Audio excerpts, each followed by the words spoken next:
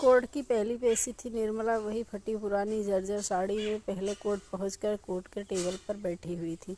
उधर Sandeep luxury car से चमचमाती हुई जैसे ही नीचे उतरा, निर्मला की आंखें अचानक उस पर जाकर पड़ गईं। उसके साथ उसकी माँ, बहन और भाई भी थे। ये सब दृश्य देखकर निर्मला की आंखों में पानी आ गया, क्योंकि निर्मला का एक अनाथ बच्ची थी।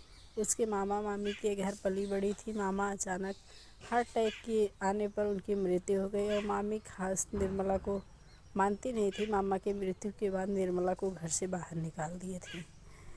अब इधर कोर्ट खुलने का इंतज़ार सब लोग कर रहे थे। अचानक कोर्ट खुला और सब लोग अंदर गए।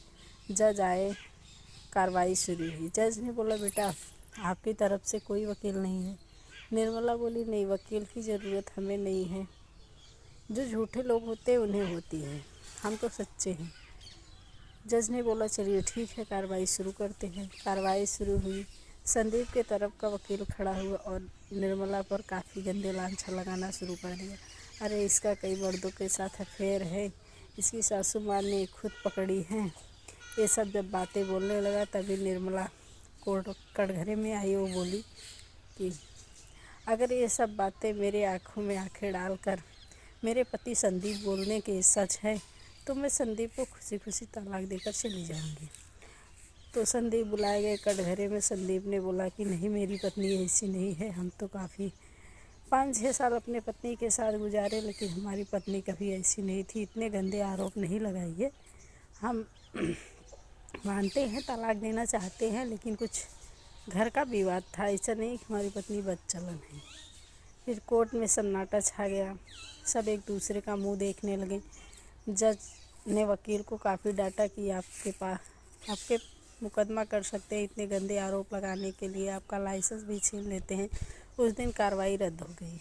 फिर अगले 20 दिन का नोटिस दिया जज। 20 दिन के बाद फिर तलाक की कार्रवाई शुरू होगी। निर्मला घर आ गई। संदीप भी उधर घर चला गया। इसके बाद घर आने के बाद निर्मला के मामी ने घर से तो निकाल दिया था। वह एक प्राइमरी स्कूल में पढ़ाती थी। उसके हालात काफ़ी ठीक नहीं थे। 2-4 हज़ार रुपये पाती थी। 4,000 उसमें 2,000 उसके घर का किराया हो जाता था और 2,000 बचता था जो खाने पीने के लिए, उसी में वो अपना गुजारा करती थी।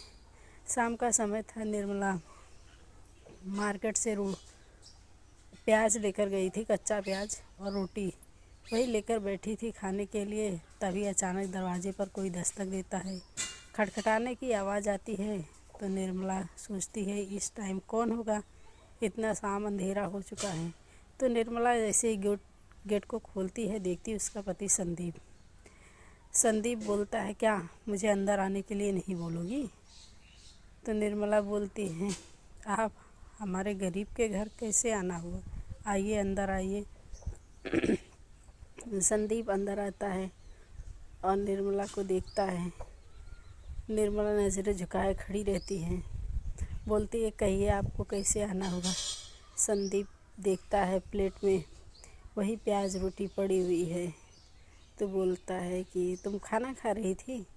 निर्मला बोलती, हाँ हम तो खाना खा रहे थे, और बाकी आप बताए आप कैसे आना हुआ? तो संदीप बोलता है कि क्यों न फिर से हम दोनों एक साथ हो जाएं, क्या अब हम एक साथ नहीं हो सकते हैं? तो निर्मला बोलती, नहीं, आप ठहरे अमीर लोग, हम गरीब लोग हैं, हमारी इतनी औकात नहीं हम आपके साथ रह लें।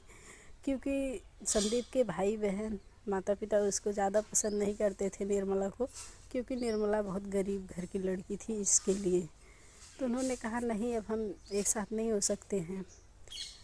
तो संदीप बोलता, हम 5 साल एक साथ गुजारे हैं, अब 1 साल हुए हम दोनों को अलग रहते, ऐसा क्यों नहीं हो सकता अब? तो निर्मला बोलती, अब काफ़ी देर हो गया, आप खैर बड़े लोग हो।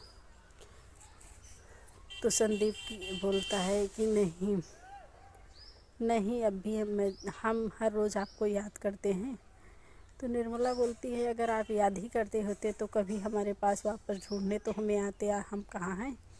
तो संदीप बोलता है कि हम डेली अपने दरवाजे पर निगाहें टिकाए बैठे रहते थे, कहीं आप लौट के तो ना आ जाओ।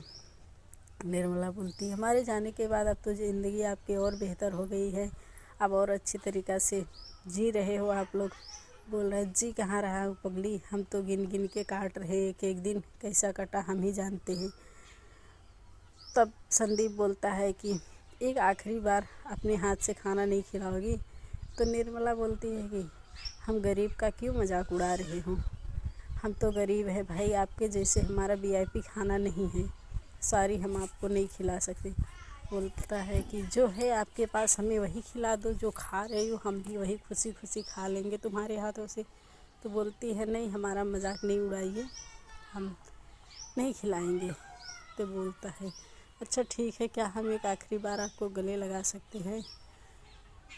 तो निर्मला बोलती है कि नहीं, अब काफ़ी देर हो गई है। संदीप बोलता है ये हमारी आखिरी ख्वाहिश है, ये भी नहीं पूरा करोगी?